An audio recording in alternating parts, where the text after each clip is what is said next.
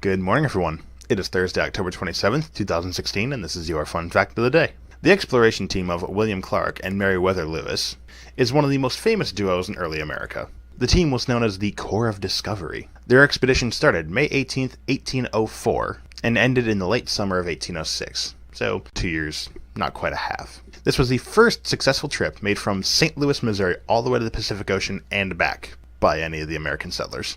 They departed from Pittsburgh on May 18th, 1804. Though they spent 2.5 months on the Ohio River, the mouth of the Dubois River is actually considered their real starting point. Another one of those nuances where something actually, factually, strictly happened this way, but we usually take it another way. They started a little later, by many accounts, but actually May 18th, from Pittsburgh, Pennsylvania. The entire expedition took 28 months and covered 8,000 miles. In total, they found over 300 new organisms, 122 new animal species, and over 178 new species of plants that they had never previously known about. The bighorn sheep and the grizzly bear among some of these discoveries they made. Lewis actually took his dog along the whole trip, a large Newfoundland retriever, little Newfie. His name was Seaman, S-E-A-M-A-N, and he guarded their campsites at night.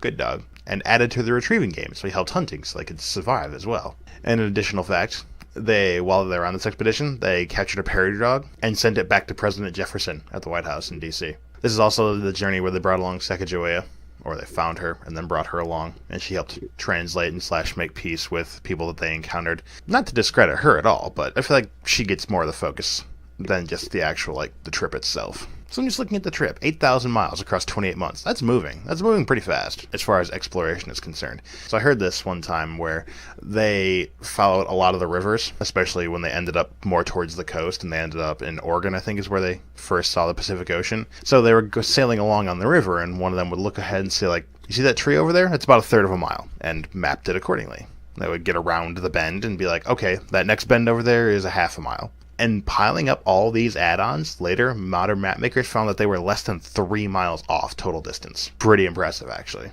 Some really good estimating. So Meriwether Lewis, William Clark, early American duo. Good job finding that ocean, guys. Well, you really couldn't miss, as long as you actually headed west. They still made it there and back. Hope you've enjoyed this fun fact of the day.